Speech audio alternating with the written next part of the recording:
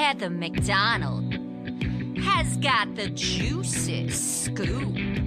When you're on the road, when you're on the go, Juicy Scoop is the show to know. She talks Hollywood tales, her real life Mr. Segment serial data, and serial sister. You'll be addicted and addicted fast to the #1 tabloid real life podcast. Listen in, listen up. Woo woo. Heather McDonald, Juicy Scoop. Hello and welcome to Juicy Scoop. I'm so excited. There's so much that I just need to talk to you about.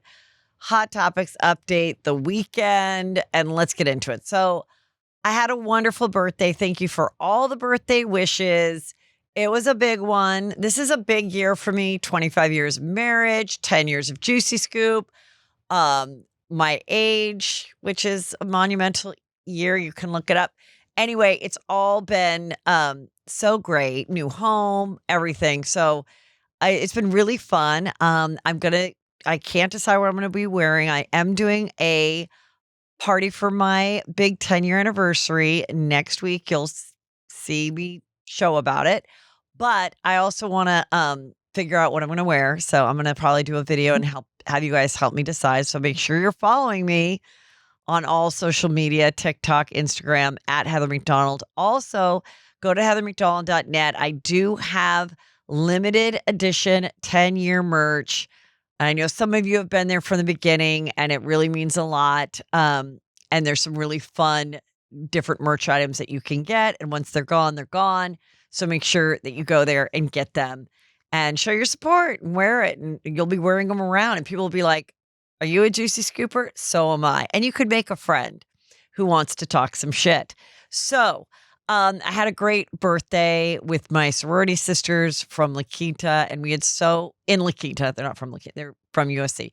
And these are girls that I met, all of them, except for one I met my freshman year. The other one I met my sophomore year. And they, joined the house. Some of them, it doesn't matter. We all met in college. We had so much fun. And it was just like a perfect weekend. You have to plan these girls' weekends in a certain way and make sure that you still relax. No one feels put out. And it was just perfect. Got there, went to the local, did karaoke. That was Thursday night. Friday, hung out in the pool all day. Had some Trader Joe's snackies, throughout the day. And that was great. It was hot. But when you're in the pool with a hat, you don't know that it's hot.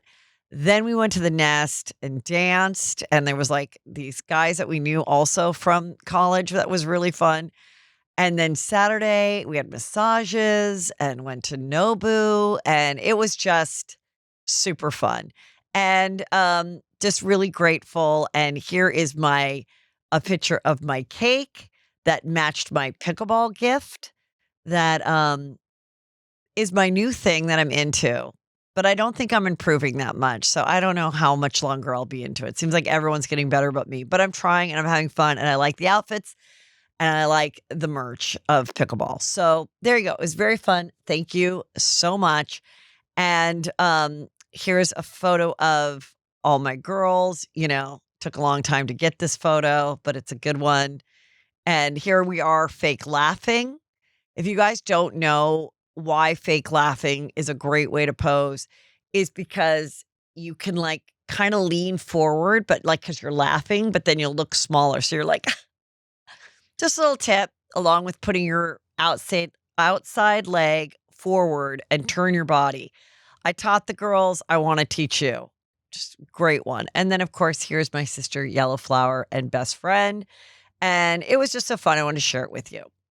Before we get into the grossness that is the Diddy trial. Listen, we've all talked about Ozempic, Wegovy, GLP-1s, and then you're like, I wonder if I can get it. Does my insurance cover it? That is what is so great about Ro. Ro's insurance checker lets you know if you're covered for GLP-1s. That's free. Ro can also help you understand if GLP-1s like Ozempic and Wegovy are right for you and your goals. Go to ro.co/juicyscoop for your free insurance check.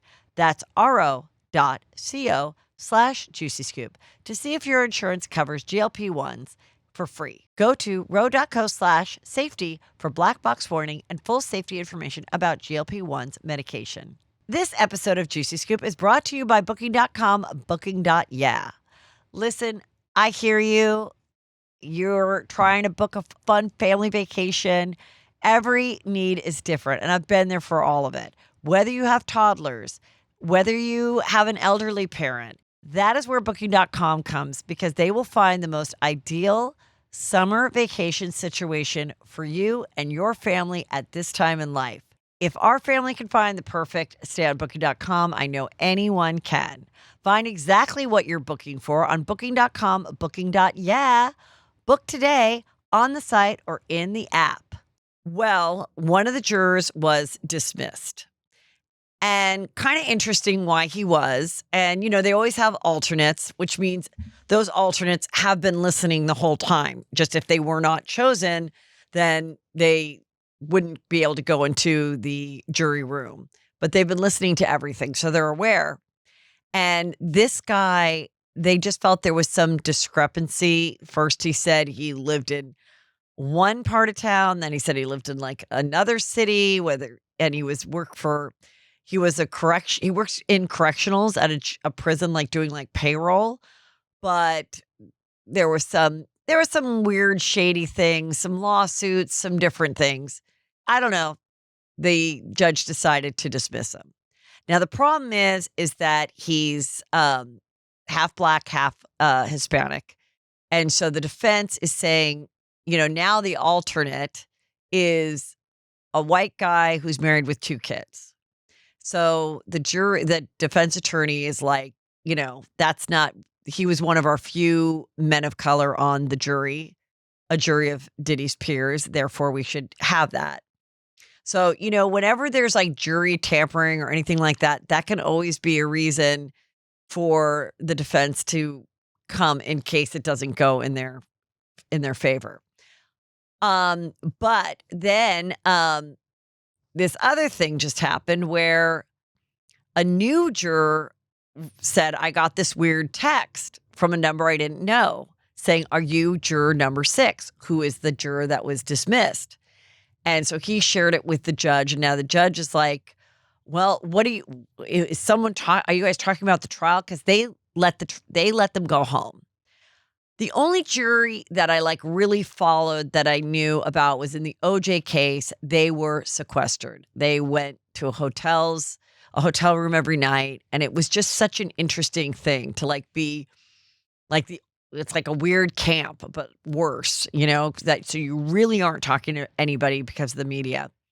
But this jury is able to go home every night and just promise not to discuss, not look up stuff, whatever. So that might be a thing. But now let's get into the grossness of the case. I mean, they are playing these voice notes that Diddy had sent to Jane, which now we pretty much have confirmation. Jane Doe is 50 Cent's baby mama. I believe they have maybe a 10-year-old together. And, she said that Diddy would if she tried to leave or break up with him, or if he wasn't pleased with her, he would threaten and say, I'm going to show these videos to your ex, meaning 50 Cent. And she said, my ex didn't get along with P Diddy. And, she was setting up these freak-offs, and this assistant testified saying that she was always a willing participant. She was excited. The defense attorney asked the ex-assistant who helped with these, meaning he did a little pre-cleanup at the hotel room before the maids came in, just to be a nice guy. He was just like, you know what? It was so crazy with all the Astroglide and baby oil and numerous towels and candle wax and stuff. We went in just to clean it, just so, it wouldn't be horrific for the maids. So that's nice. I'm sure they left them a tip too. So he said that Jane Doe, never seemed upset the next day or anything like that. So, but really she said, I was in love with him and I was doing all this stuff, thinking I was the only one doing it and thinking he'll love me even more because I know this is his weird thing that he likes, seeing men have intercourse with me. And for whatever reason, that's what he likes. And I'm going to make him feel good that he shouldn't be ashamed of that. But then she would say, couldn't you please like romance me a little bit more on occasion besides us just watching Dateline? Because that's another thing they like to do. When they weren't having freak offs, they call them freak offs, hotel nights, or king's nights, because I guess there were several kings. And then there's exchanges between two of his employees, this girl KK and him saying like, oh my God, I just ran into one of the escort guys in the lobby. It's going to get crazy. Can you make sure that there's 11 more towels sent up to the room? And so, yes, people that worked for him were obviously involved in booking the rooms, planning the rooms, all of that. And so that's part of proving that there was racketeering, that his regular business was doing illegal business, which is sending sex workers, prostitutes across state lines and all of this. So, but they are saying, the defense, no, this was all done consensually with these women. This was a boyfriend, girlfriend that liked to participate in whatever, these kind of kinks, and including other people, and and therefore that's not sex trafficking. So it's just like, just hearing it, it's very weird and disturbing. And so that's where we are with it today, still going on. Now, this is a very bizarre thing. There is a Instagram account that I follow that has over 2 million followers called The Neighborhood Talk, which is a lot of like hip hop news that they kind of gather from other sources, I assume, and post about. So this just popped up, but then when I went to go back to find it on the page a couple hours later, I couldn't find it. So I don't know if this is totally true because I just can't believe it.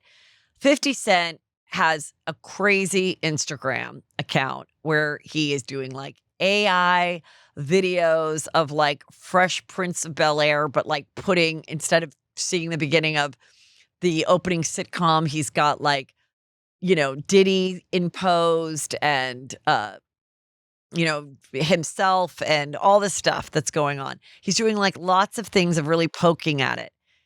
And the fact that, it's just crazy that his baby mama was this woman that was with him up until the point he was arrested. And according to this, it says that 50 Cent wrote this on his social media. Oh, it's Father's Day. Happy Father's Day, little B. Little BITC, bitch. I can say that. I'll have full custody soon, little bitch. You'll be back on OnlyFans in no time, little bitch. But how is your day going, little bitch? I'm really kind of shocked that he did that, but I don't know. I don't know if someone faked this and then they picked it up or what.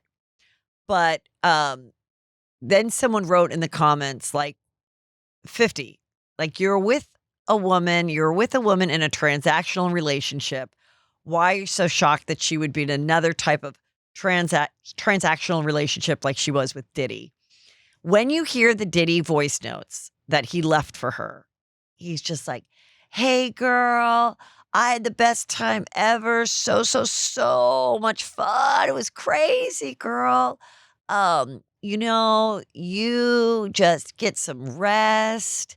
You go get that bag. And, now you got a little contract. You got to find a little spot. And I guess that meant that at that point, he was reminding her that, like, I'm going to pay you $10,000 a month, which will cover your rent or maybe in addition to, and get your bag, meaning she was trying to do this clothing company, which he was like contributing to. So like, get your bag, like get your business going. And he's like, I'm sorry. I didn't know that you were throwing up. I didn't know you were sick, but well, yeah. She just had to like, do it with like, who knows how many guys over 4 days. It just seems horrible. Also, the assistant said he would also bring in honey, and that honey helps a man's libido. That's the first I've ever heard of that. And then Kanye showed up at the courthouse with Bianca. I guess she was dressed. They didn't go in the courtroom. They went to like an overspill room with other, I guess, Diddy supporters or whoever you get on the list, like on a different floor of the courthouse, and watched it. And, it's very strange that Kanye is being public about his support for P. Diddy. And when everybody else has abandoned him, um, or maybe he's just actually a really good friend, or maybe he too, has done some crazy shit with Kanye. There is a viral video that I remember watching a year ago of a cute blonde girl who tells a story of where she was in a recording studio with Kanye and P. Diddy, and they served her a drink, and she was not feeling right. And she was with a friend of hers that seemed like once that friend drank the drink, she seemed, very out of it. And they were coming at her and trying to take off her clothes, and she was able to escape. So he also, has released a song where he's like, or audio where he had called P. Diddy from prison and played their recording of how he was like supporting him. So, I mean, it's not surprising that Kanye might be into some freaky shit and that they have this friendship, but it is interesting that out of all the celebrities, he's like the only one that's supporting him, which is just bizarre. So I don't know. Does he like honey too? I don't know if he uses honey. I don't know if he likes baby oil or if Astroglide sales are going up during this trial, but it's a lot to take. Listen, we've all talked about Ozempic, Wegovy, GLP-1s. You are maybe curious about it. Maybe your friends are on it and it's like, wow, you look amazing. How are you doing this? And they tell you. And then you're like, I wonder if I can get it. Does my insurance cover it? Where do I start? That is what is so great about Ro. This is how it works. Ro's insurance checker lets you know if you're covered for GLP-1s. That's free. Ro can also help you understand if GLP-1s like Ozempic and Wegovy are right for you and your goals. But that's just the beginning. If you are eligible for GLP-1s and want to see if you're covered, all you have to do is submit your insurance card and Ro will take care of the rest. Go to ro.co/juicyscoop for your free insurance check. That's ro.co/juicyscoop to see if your insurance covers GLP-1s for free. Go to ro.co/safety for black box warning and full safety information about GLP-1s medication. You may have a great skincare routine. Maybe you've been doing it for years, but if you're like me, for the first few decades of your life, you may have completely neglected your neck. The skin on the neck is thinner and needs proper skincare. And that's why I want to tell you about Go Pure. It is so great. In a consumer study, 100% of the users said that their skin looked more supple and 97% noticed a firmer appearance. It's dermatologist recommended, it's cruelty-free, it's paraben-free, and sulfate-free. And with over 1 million jars sold, this beauty secret is no longer a secret. It's really like nothing else I've ever experienced. I mean, right away, my skin felt completely different. Tighten, lift, and restore elasticity in your neck because your skincare routine shouldn't stop at your jawline. For a limited time, our Juicy Scoopers will get 25% off Go Pure with code JuicyScoop at checkout. Just head to gopurebeauty.com. Use code JuicyScoop and you're all set. And after you buy, do us a favor. When they ask you where you heard about GoPure, tell them it was from our show, Juicy Scoop. This episode of Juicy Scoop is brought to you by Booking.com, Booking.yeah. Listen, I hear you. You're trying to book a fun family vacation.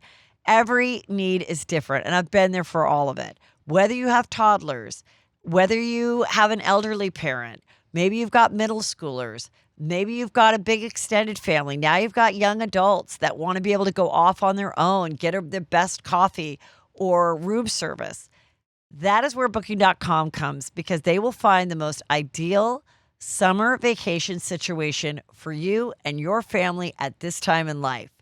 So whether you're booking for yourself, your partner, your picky teens, or your sleep light, rise early mom, you can find exactly what you're booking for on Booking.com. If our family can find the perfect stay on booking.com, I know anyone can. Find exactly what you're booking for on booking.com, booking.yeah. Book today on the site or in the app. Also, so it was also Father's Day, as you know. And this is kind of crazy. This guy called the Sperminator is retiring. He said after this Father's Day, he is retiring. He has had 176 children. I mean, his sperm created 176 children. And now he has a much younger girlfriend who I guess he feels like, she doesn't want him to have any more babies. He also says younger sperm is better. He's now 50. And in reading the article, it was a little confusing because they're like, oh, he would deliver sperm at baseball games and in restaurant bathrooms. And I guess he never got paid for his sperm. I don't know if he found these women. He said they were either lesbians or single women or women in need that wanted the sperm and couldn't afford to go to a sperm bank. And he's a professor and he was like, sure. And a couple of the kids he was paying child support for, like 5. I don't know. They were like, I guess they filed before anybody else, or I don't know how it worked out with the laws, but he's done. And I think this might have inspired the movie that Vince Vaughn was in. There was a movie that Vince Vaughn was in where it was like he had had all these kids. Now, when people get sperm, they have the option, at least they should ask to have the option, to buy the lot, the whole, all the sperm. So that, and it's more expensive, but then that way their sperm donor cannot continue to donate sperm because who knows, like in the past, your kid might be in class in high school with their half sibling and they might fall in love. So it's just, you might want to do that. So anyway, that wasn't happening back then. There's 176 of his kids around. So he's had 176 kids. He has 5 babies on the way. He's been doing this for 17 years. His oldest kid is 16. His youngest kid is 2 months. He has 13 sets of twins. The kids are among 5 continents. And 10 different countries have the offspring, and it all within 20 states. And he's had 5 marriages, but now he's got a young girlfriend. So pretty juicy. Speaking of Father's Day, David Beckham, and I know I did a previous episode and I mispronounced Beckham, so I apologize. Anyway, David Beckham, the cutie, that we love, and his gorgeous wife, and their 4 kids. He has not been talking to Brooklyn, who is married. A lot of people are like, is the wife the next Meghan Markle? What's up? Brooklyn and his wife did not attend his 50th birthday party. He didn't attend the knighthood thing, but according to TMZ, and I guess his Instagram, David gave all 4 kids a shout out. And I want to say, good for you, David Beckham, because, that's just, these things too shall pass. But as the parent, you cannot be sensitive to the point of cutting out. Your kid can threaten to cut you out, but you should try to, during hard times, divorce, young adult, teenage years, if you can just, even though they can be hurtful, not be too sensitive about it and keep that relationship going. So we're rooting for him, and good move on his part. Okay. Justin Bieber, however, had a weird weekend, and I don't really know what came first, but I saw him out getting in a van, and he was yelling at the paparazzi, and he's like, you're trying to get a reaction. You're trying to anger me. And the guy's like, no, I'm not. I'm just here. And listen, obviously we know there's something going on with Justin Bieber. It's very sad. He was a child star. He had weekends at Diddy's house. Usher somehow, remember the whole thing with Usher? He hung out with Usher, and Usher had been under Diddy's mentorship as well. And then Usher supposedly brought Justin Bieber over. And we see those videos of where Diddy's like, "Hey, you don't want to hang out with me anymore? You don't call me anymore?" And Justin's like, no. So a lot of people are wondering if seeing all this come up with him in the trial, is this what's triggering Justin Bieber? Did something more happen than just working on vocals, okay, when they were together? I don't know. I think just being in the limelight at such a young age obviously isn't good for a lot of people's mental health. There's, besides Ron Howard, who was a child star, there's not a lot of kids that continued in the business and are like happy and like living a wonderful life. We've got Amanda Bynes, we've got Britney Spears, we have Justin Bieber, we have, many along the way. And he posts this text that he's having with a friend, and he's like, basically says, I'm not used to someone, so the friend writes, I'm not used to someone lashing out at me. It's not that I don't see you and feel your anger. And then Justin, and he shares this with the world. Ouch, this friendship is officially over. I will never accept a man calling my anger lashing out. I enjoyed our short-lived relationship. I wasn't kidding when I told you I didn't need you as a friend. I have good friends who will respect these boundaries. And then I will never suppress, he goes on, I will never suppress my emotions for someone. Conflict is part of a relationship. If you don't like my anger, you don't like me. My anger is a response to pain I've been through. Asking a traumatized person not to be traumatized is simply mean. And then he goes on, I thought you were a pussy, which is why I always kept my distance, but I was willing to give you the benefit of the doubt. This confirms you were the pussy I always thought you were. Then he does a little, middle finger emoji. Please leave me alone now. And the guy is like, I'm a pussy, ? Blocking you now, he says. And he posts all that. Then he does another post on stories where he's like, people keep telling me to heal. Don't you think if I could have fixed myself, I would have already? I know I'm broken. I know I have anger issues. I tried to do the work my whole life to be like the people who told me I needed to be, fixed like them. And it just keeps making me more tired and more angry. The harder I try to grow, the more focused on myself I am. Jesus is the only person who keeps me wanting to make my life about others. Well, then Hailey Bieber wrote, Father's Day sucks. Yeah, I can imagine. If your husband, who is the father of your young son, it's his first Father's Day, spent it, getting in fights with people and then screen grabbing it and posting it online. I mean, he's obviously, let's just hope he doesn't purchase a pair of brown sensible pumps, okay? Because then we know he's really done. Speaking of brown sensible pumps, Britney is back at it. She brought the pumps on another trip. She is dancing in them in all different outfits all the time. And she's, on the yacht again, doing her same moves. But she also featured her son recently, like driving with her in a car. So I don't know.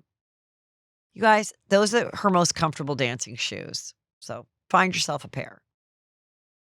All right, now you guys, it's important that I talk about And Just Like That. And I know you're like, Heather, we can't even watch anymore. It's so bad. It's so bad that I need you to watch it because it's just fascinating. And I'll tell you a few things that I think are going on. I need to know if any women are writing this. I want to know if any women are actually on the writing staff. Where did these corny people come from? And these writers? Because I think the writing is almost as bad as the acting. So a couple of things that are going on. First of all, Carrie and Aiden have this like relationship that makes absolutely no sense. No one's ever heard of something like this happening or would be supportive of it. And that is because her younger son like got in a car accident while he was drinking. He says, yeah, we can't really be a couple for 5 years. But 5 years will go by like that. She's like 57 or 8. what are you talking about? Like, time is precious. 5 years go like that. If you told someone at 25, wait for me for 5 years, they'd be like, fuck no. Like what is this, a prison sentence? Like 5 years is long, no matter how you cut it. But they send postcards and it's just very bizarre. The one thing that was kind of interesting is that Aiden's ex-wife calls Carrie, and it's totally fine. Like, we're fine. We're greatest divorce. Calls Carrie and is like, hey, can you get Wyatt, the fucked up kid, some Adderall? Because there's an Adderall shortage in Virginia. And I know you're coming down here for a speaking engagement. Could you get some? And so right away, Charlotte, who's at the rich school with everybody, she's able to get it. And I didn't think particularly funny or particularly interesting, but I thought that's kind of a good storyline that would happen in, the elite in New York City. Because what I know about the elites in New York City is that, like, yes, everyone's on Adderall, and a lot of people get their kids diagnosed as having ADHD and even something more intense that gives them the extra time to do the SATs. And like literally half the people getting into the Ivy Leagues got the extra time and the extra everything to take the test. So because they're able to like figure out which doctor is going to diagnose you with this thing so that you can get, 2 days to take the SAT instead of 1 or something. So that I kind of thought was sort of juicy. And maybe they're leading to that as the kids try to get into college.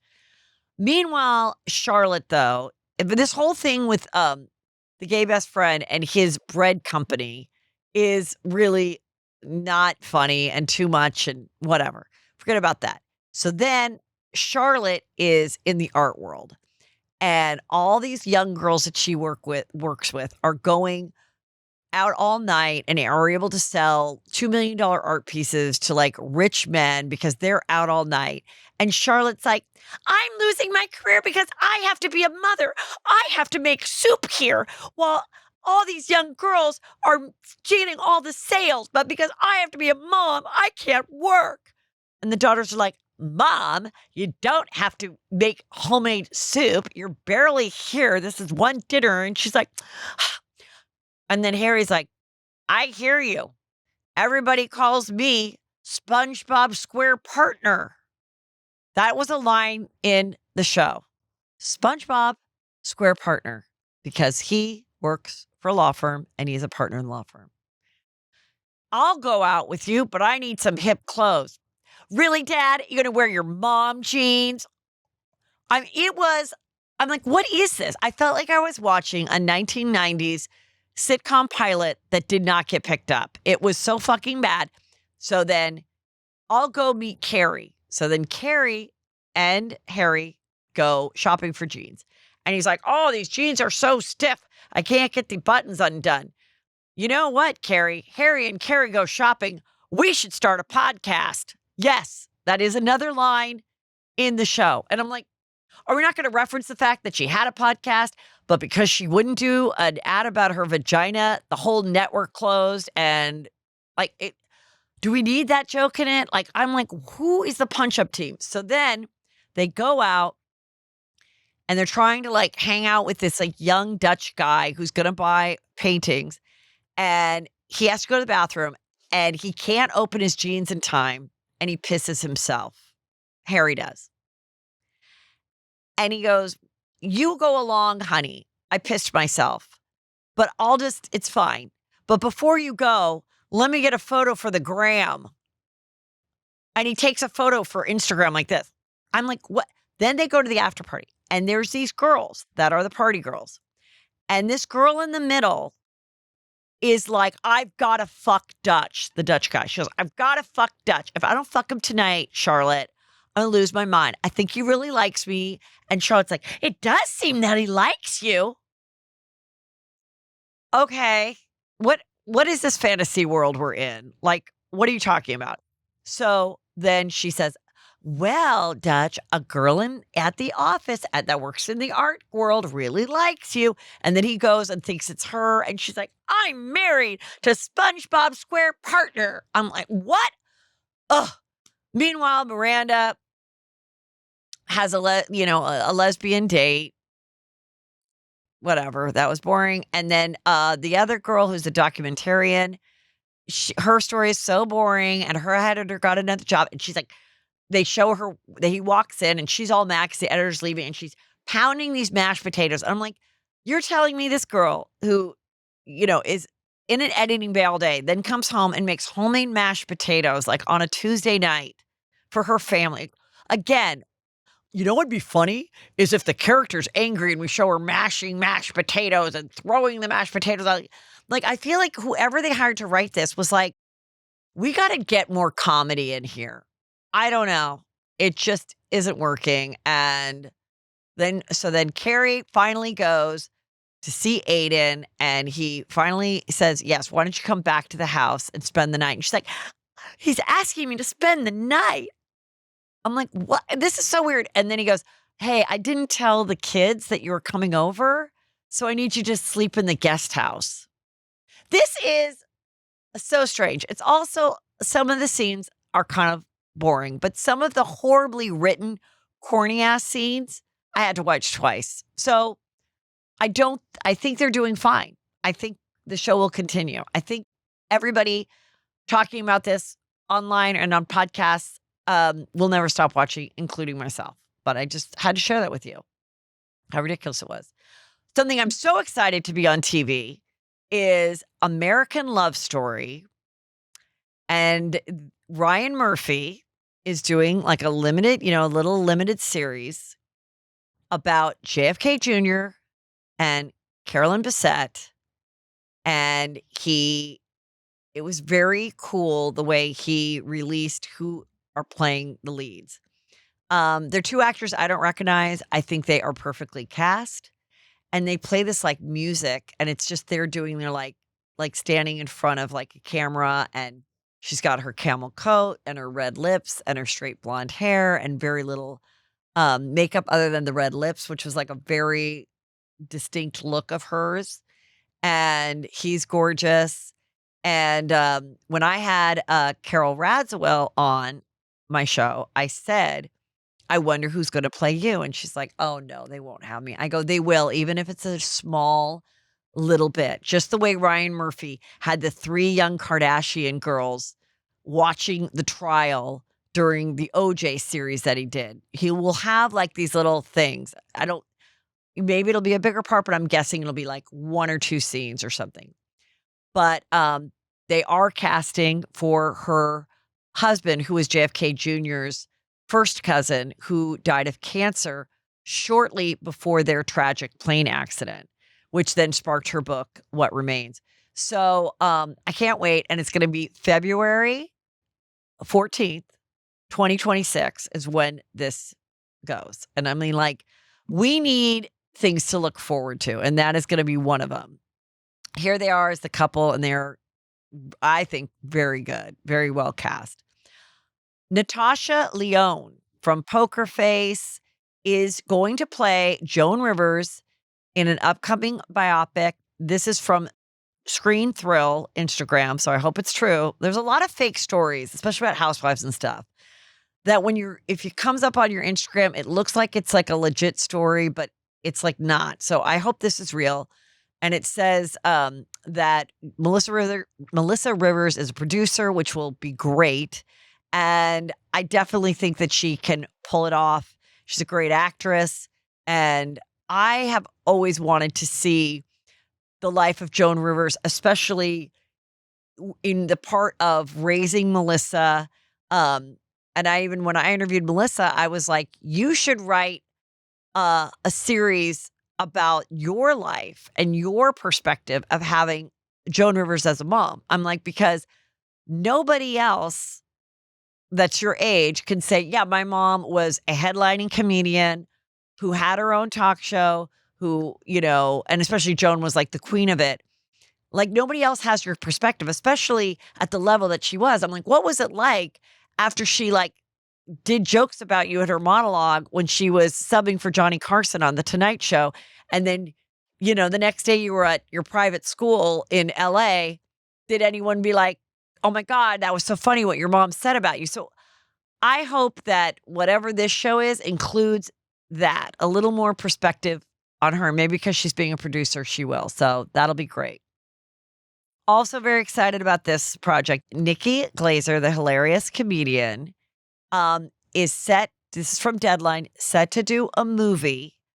And I started to read it based on the childhood game. And I was like, oh my gosh, another game. Like, you know, I know there's like Monopoly in the works. Of course, we had Barbie. But it's the game that girls used to play. I don't know where the generation stopped, but in my generation, we played it all the time. But it was a homemade game. So it's you don't have to, she's not going to have to give royalties to Mattel, is what I'm saying. It's called MASH. And MASH stood for mansion, apartment, shack, or house. And you would do this like square, you'd fold up the paper in a certain way. And you'd also put like the boys' names that you liked. And then you go like this. And I can't really remember, and then it would be like, oh, you're going to live in a mansion by the beach with Johnny and something like that. But it was really, the MASH stood for what kind of house you'd have. And so they say it's, going to be a comedy. She's going to write, produce, star in it. And it's going to be about a girl that thinks she got what she wants and realizes it's not as great as you think, your dream of whatever. But I have not even thought about that MASH game in so long. And I think it's a great idea and a creative idea. And it's not a remake. And like, again, something good to look forward to. Also, something good to look forward to is the Karen Reed trial and the movie of that. Okay. Karen, it rested. Jury is in deliberation right now. As I'm recording this, it's the first day of deliberation of the retrial. And so far, we don't have a verdict.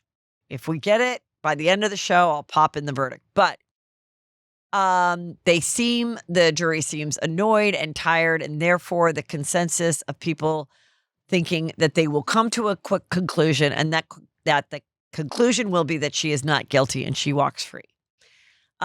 With especially the defense and their experts who said, these experts that have been around for a long time saying that, the holes in his shirt were not from a car. He was never hit by a car. There was no bodily contact with the car. It was blunt force trauma to the head. The laceration on the top of his eye looks like it could be he was hit with an object or a punch, like a physical punch. So that is what most people think will happen. We'll see what happens. But Gail from Juicy Scoop Obsessed, my Facebook group, she put together a great list of who could play Karen Reed, and I wanted to share it. She's got Jessica Biel, Amanda Peet, who is doing a great job on Friends and Neighbors. I think that's on Max. Anyway, that's a good show. If you haven't started watching that with John Hamm, he lives in like a rich gated community and he starts to steal like Rolexes and stuff from his neighbors when they're at tennis tournaments or on vacation because he has lost his hedge fund job and he's desperate. And I will say, I started to lose a little bit of interest, like episode 3 and 4. And I'm kind of milking it out, even though I could like watch the whole thing. I'm doing like, every 5 days I watch an episode. It gets better. So she's in that. So we've got Jessica Biel, Amanda Peet, Kate Mara, who I recognize, but I can't tell you what she was in. Michelle Monaghan, who was the girl in White Lotus. Katie Holmes or Carrie Russell. And I mean, I think they all have the acting chops to do it. So let's see. Very good. I know life can be really overwhelming. And sometimes the best thing you could do is just slip into another world. I mean, don't we all need that, especially nowadays? My gosh. And Dipsea is your perfect escape. Dipsea is the audio app that lets you immerse yourself into spicy stories that transport you to your wildest fantasies. So whether you're looking for a rugged cowboy or a Scottish sailor or a sexy rendition of Pride and Prejudice, you can find it.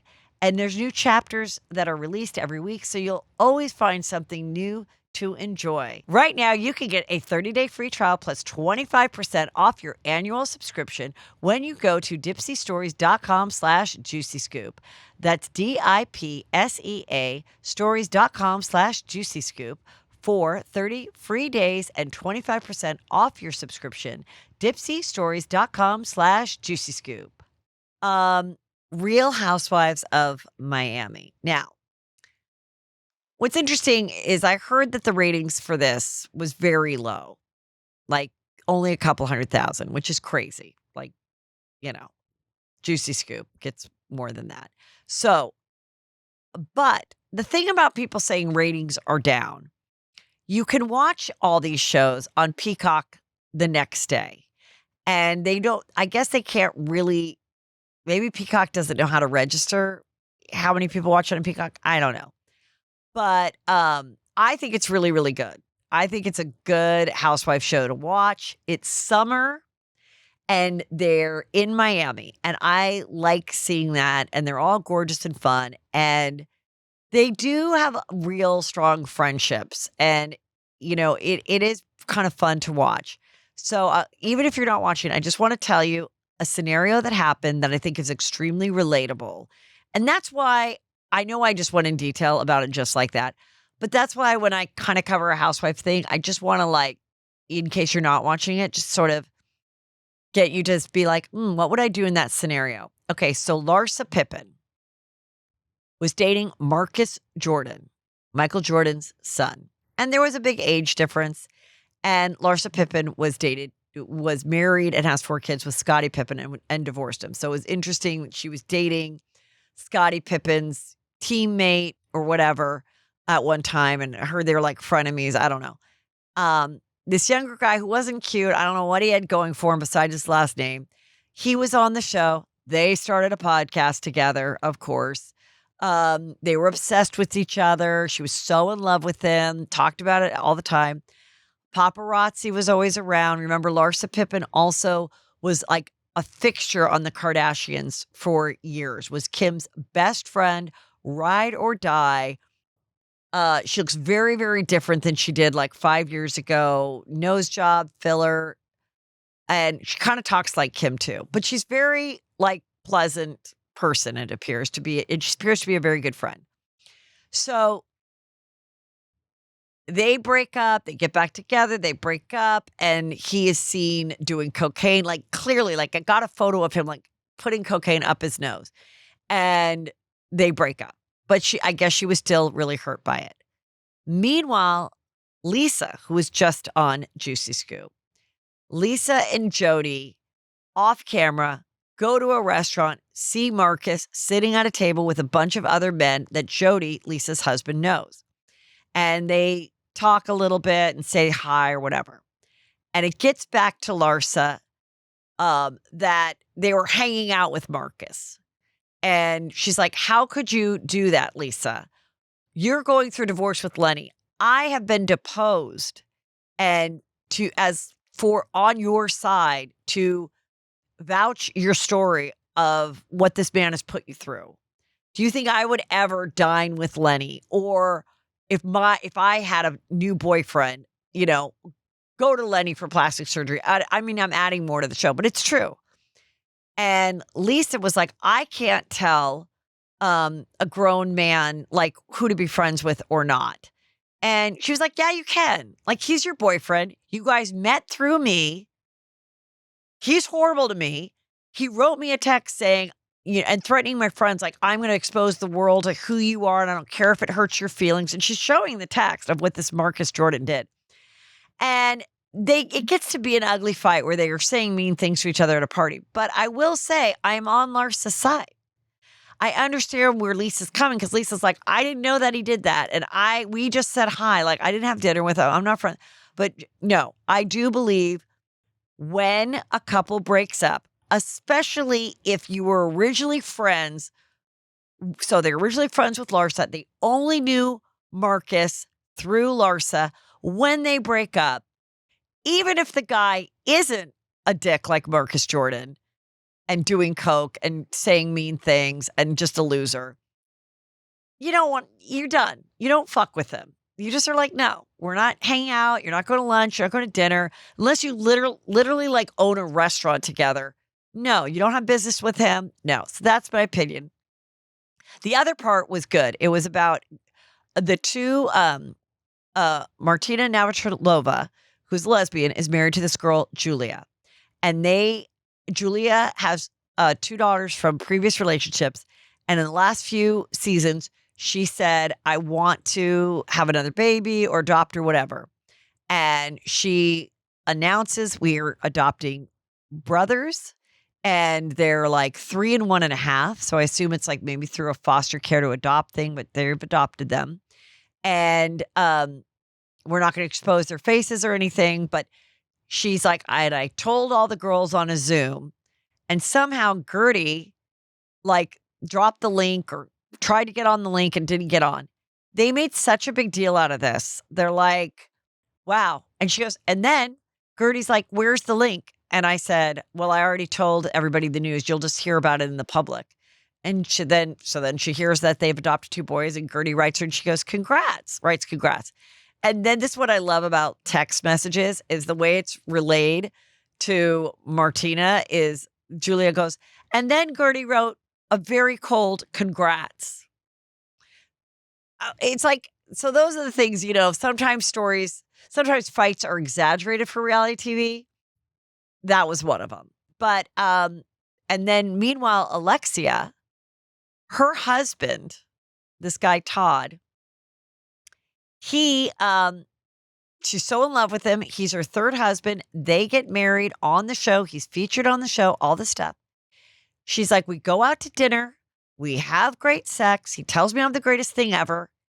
And then, 3 days later, he's moved out, and he was secretly moving stuff out behind her back even before the fabulous dinner and sex, and then files for divorce. So she's crying to all the girls. And then they go 3 months later, he comes back, and now she's like, we're not even talking about the fact that he filed for divorce. We are just like having sex, and we're so in love. And so that's very bizarre. There's something very bizarre with this situation. So anyway, that was juicy. The Valley, very juicy. Some people are feeling it's a little too dark for their taste. It's a little too real with the breakups. This week, tonight, there was a preview of Jax going back to their marital home, Jax and Brittany, with Jesse. And we'd seen before that the girls had packed all of his stuff. And he's like, I guess all my stuff is in boxes. And he opens the garage, and it's all in Glad bags. So he's kind of pissed. And he's like, Brittany needs to sell this house ASAP. She does not need a single woman with 1 child, does not need a 5-bedroom, 7-bath house. She should get a nice little 3-bedroom house. And it's like, this is not no, Jax, this is not good for you either to have said this.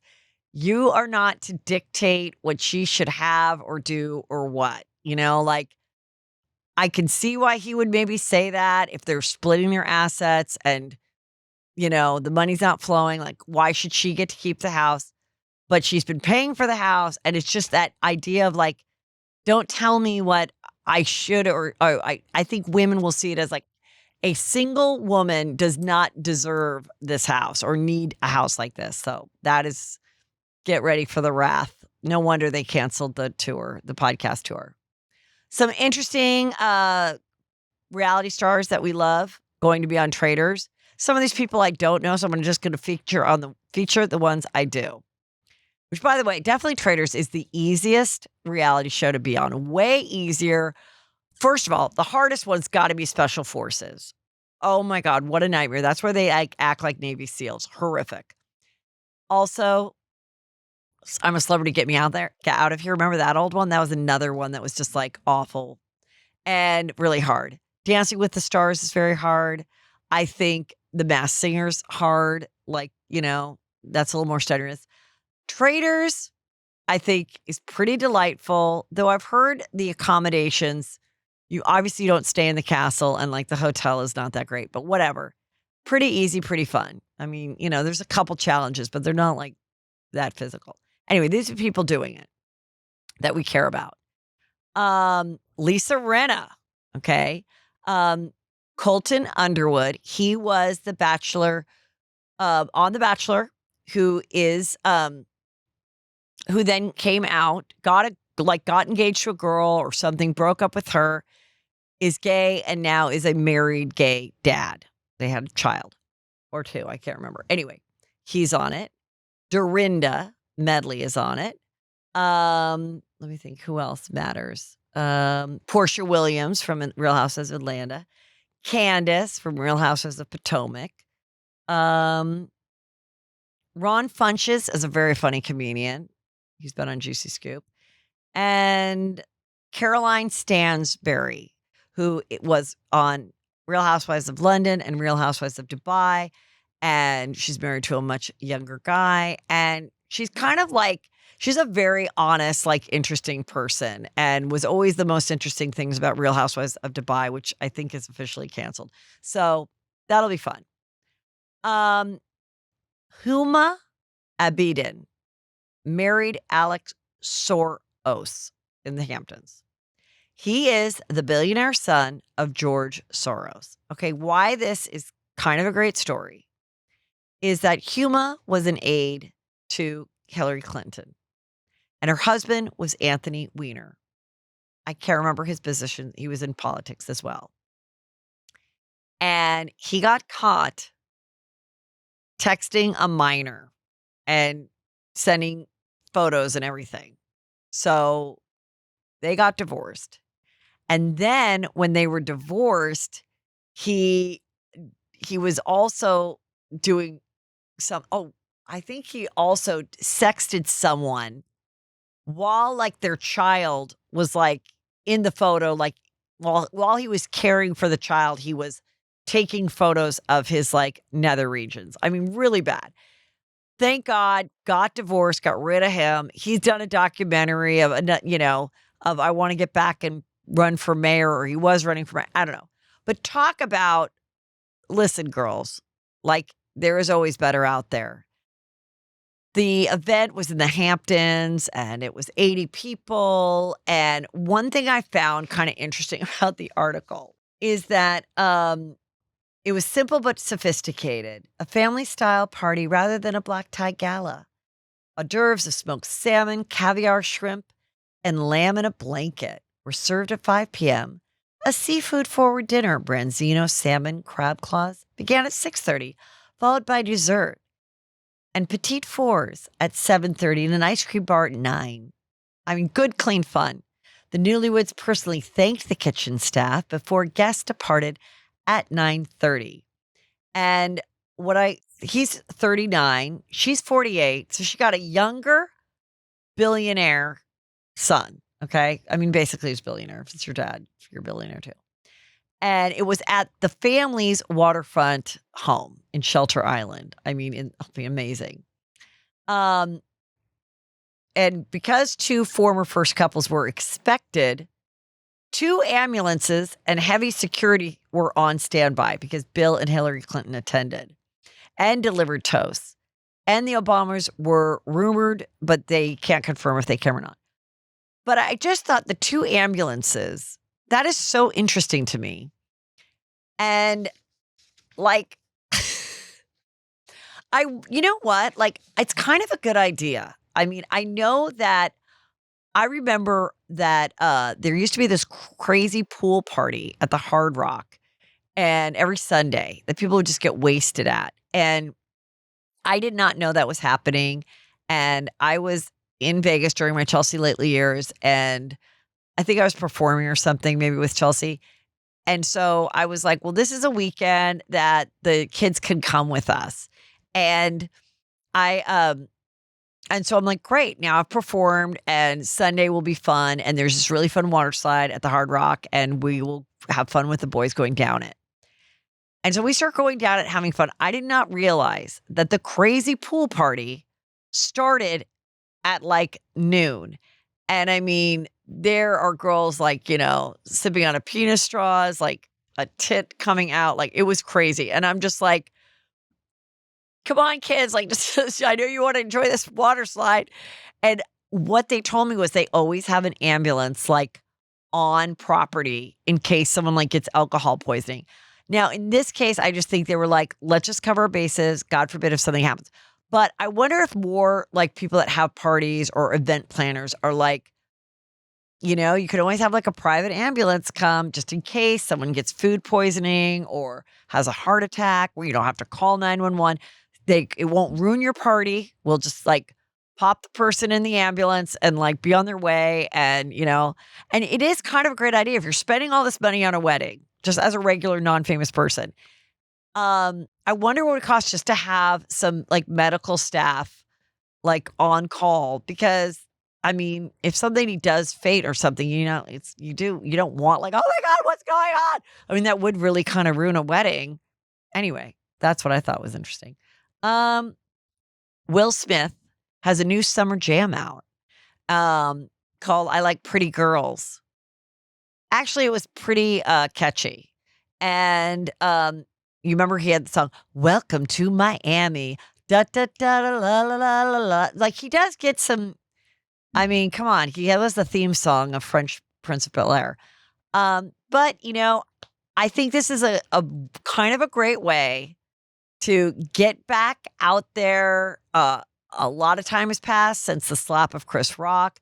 Chris Rock got a special out of it. The Red Table Talk, his wife's show, is gone. I guess they're still together. I feel like we haven't heard about them for a long time, the whole Will Smith clan. And if it's like a fun summer jam and he's like, and I was reading the comments of, from the little trailer of the music video and people were like, he has, normal aged women. I mean, they were still young, but like women in their like 30s or maybe nobody was like wearing like string bikinis and like shaking their ass. And they were like fashionably dressed and kind of a good move to just go that route and remind people that he likes pretty women. Okay. This was very interesting. There was a horrible plane crash that happened, and the only person that survived was this person in 11A. And now the survivor of a 1998 plane crash is speaking out after realizing that he too, when he survived, he was the only survivor in 1998, and he too was in 11A. So I wonder if that'll be a big thing. And so we were talking about it, and I think 11A, whenever I have to do the exit row, which is we sometimes do because you get like a little extra leg room and stuff, but then you have to like act like a Marine in case some shit goes down. Anyway, and I mean, this is why I get nervous sometimes when I'm in the exit row because they're like, can you help? I'm like, yeah, I can help. But I don't know that I'll be able to like successfully open that door. Like I've seen you pull, like I would need to practice. Like sometimes when they're like, can you help? I want to be like, maybe you should like show me. Like maybe I should practice it before we take off because I'm very lame. Like we were trying to watch and just like that. And I had to call Drake. I had to call my husband. We could not get it on the TV. And then I realized it's because HBO Max has changed their name to just Max. And Max is at the end of my app thing. Like I have like all the different apps and all the other weird things that I don't even know what is on there. And at the very end was Max. So I kept trying to get the old HBO Max app to go. And it would just go twirly, twirly, twirly, twirly, twirly. And I'm like so annoyed. And then my sister comes over, Shannon, and she goes, I haven't been able to watch HBO Max. Like something's wrong with my TV. And I'm like, no, Shannon, it's a whole different app. So just, I don't know. I don't know how you would delete that app off your TV, but if I can't watch, and just like that, one of the worst sequel TV shows or whatever remakes, I don't think I'm going to be able to open the door. But if that's the case, I don't know if 11A2 is also, are there two exit rows? I don't know. I always remember it being like in the 20s. That's where I normally sit. And yes, you should be concerned if you walk past me and I'm in the exit row. You should say, can you just, and I also choose the window seat. So it would be up to me to open it, but horrible. I want to do a follow-up on this because we talked about this on Juicy Scoop a couple years ago. And it was a documentary that I asked Brandy and Julie to watch, to discuss. And they bring it up at least like every quarter of how traumatized they were. And it has often made me nervous that like there could be a lawsuit filed against me for sexual harassment, that I made them watch this thing. It was such a disturbing documentary. And it was about this woman, Nicole Dadum's orgasmic meditation workshops. And she promised spiritual growth, but employees called it a cult. And she has it was called One Taste. It was in San Francisco, of course.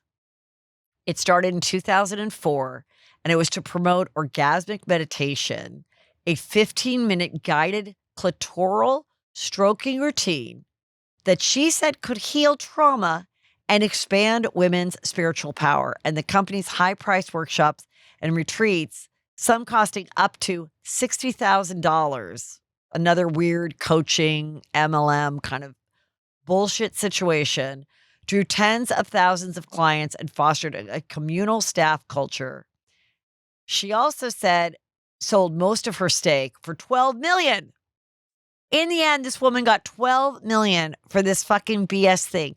And what I remember from the video is they would like sit around and watch someone, like they're like, what you need to do is lay back on this pillow and like do like frog legs while someone just like diddled your do in front of everybody. It was so, this is why I know that it was so disturbing. Okay. And, however, so the behind the glossy wellness marketing, former employees alleged a cult-like environment. Yes, it definitely seemed like that from the doc. There was controlled housing and finances. They withheld wages. They ordered staff into sexual acts with clients and potential investors. And that all became part of a federal probe. And then in April 2023, prosecutors in Brooklyn charged Nicole Dadon and a former sales chief, Rachel, two women, with conspiracy to commit forced labor, accusing them of pushing workers into debt and unpaid sexual labor. And after the 5-week trial, a jury on June 9th found both women guilty, and they each now face potentially a 20-year prison sentence. They didn't, and the two women deny any wrongdoing. They call the case an attack on consensual sexuality, which is basically the defense of Diddy as well, and plan to appeal. And the verdict underscores mounting scrutiny of wellness ventures. Okay, so this whole thing, but they had to like live there. This one person, a former One Taste sales employee, says, it was expected that I would be open to OMing, the orgasmic meditation, with anybody off the street. You have to bring them in and do this with them. Some of the things that was brought up in this trial was that they had to walk an investor on a leash, and he was whipped by members. Two ex-employees said that they were instructed to have sex with this guy, Jones, who was the woman Nicole's boyfriend, and even parade him around on a leash or whip him as part of a BDSM handler duties. During a drop in sales meeting, the leader, Rachel, the other woman, blamed sagging on sexual tension and stopped the discussion and ordered two of the subordinates to have intercourse on the spot while colleagues looked on. Do you imagine? Like, get up, you guys. We are not having good sales. You know what? You guys need to have more sex right now. Do it right now. Also, sounds like Diddy. This person testified that he and Nicole Dadon curated a menu of BDSM activities, either giving or receiving, for the same investor, assigning employees to perform them as part of their job. And also really disturbing is there's a video of where the Nicole Dadon said, they played this video in court that showed her telling her followers that a woman who is 100% turned on leaves nothing to grape. if you know what I mean, RAPE.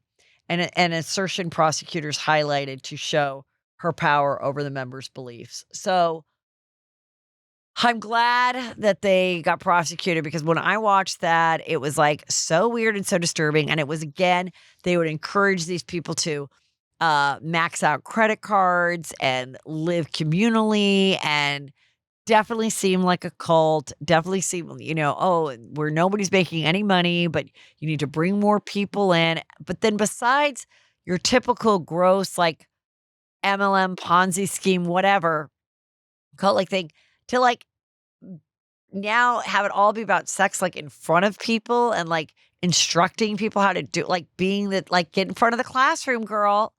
Insane. Um, oh, this was interesting. Gigi Hadid and Bradley Cooper grabbed dinner with Brad Pitt and his girlfriend, Ines DeRamon, and she's very attractive. She looks so much like George Clooney's wife in this photo. Um, he is looking great, and he's got a hot young thing, but he looks young and he's still hot, so good for him. Now, this story is weird and sad. Scott Wolf, he's an actor. You would recognize him best from Party of Five, but I mean, he's consecutively worked all these years. He and his wife had been married for 21 years. Her name's Kelly, and she was on Real World. I don't remember which, I don't think I was watching it when she was on.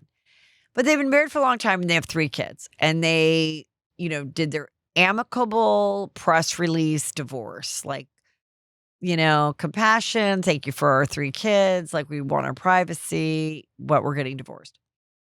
And then this weekend, she was taken away. Police were called because her family said that she was saying some disturbing things.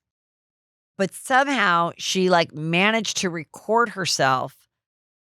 It wasn't so much arrested, but it was like taken away, like a 5150 situation where they're going to like evaluate her. That's what I gathered from it.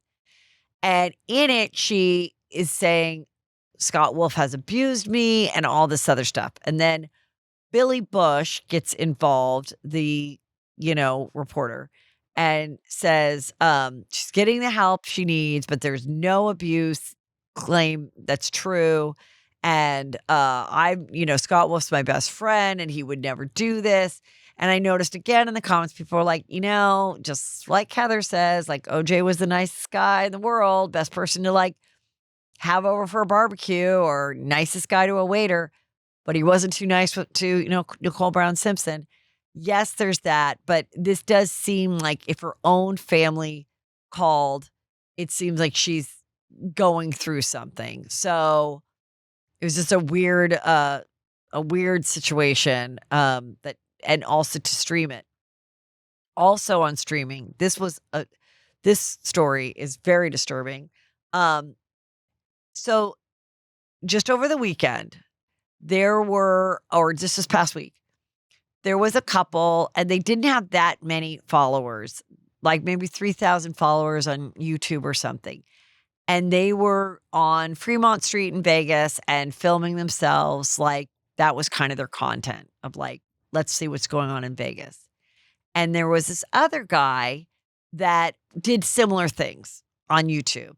And he too didn't have that many followers, but trying to pop as an influencer. And they had beef for a couple years about him thinking that this couple was copying them. And he said, I'm going to kill you. The couple were doing a live stream of them walking around Vegas. And this guy who felt that they were stealing his fun content ideas came up and shot them both dead on live stream. Like it was caught on their stream. And people called 911. It was like, I was just watching a live stream on YouTube and 2 people are caught, like were just killed. Like, please go. This is their location. And the guy has, turned himself in. And so they have the right person. I mean, it's without a doubt who it is. But such a crazy, horrible story that it was a live stream situation and that there was a fight about like stealing content ideas, like a beef to that level. Insane. All right, you guys, thank you so much for listening and subscribing to the YouTube. Subscribe to the YouTube. And make sure you go over to heathermcdonald.net. Join my Patreon. It's always juicy. It's always good. And go over and look at my merch, which is the special 10-year anniversary. I'm having a big celebration next week, which you'll see. And there's something special we're going to do for Patreon people. I want you to be part of the Patreon before next week so that you can be part of it. So go to heathermcdonald.net and join. Thank you.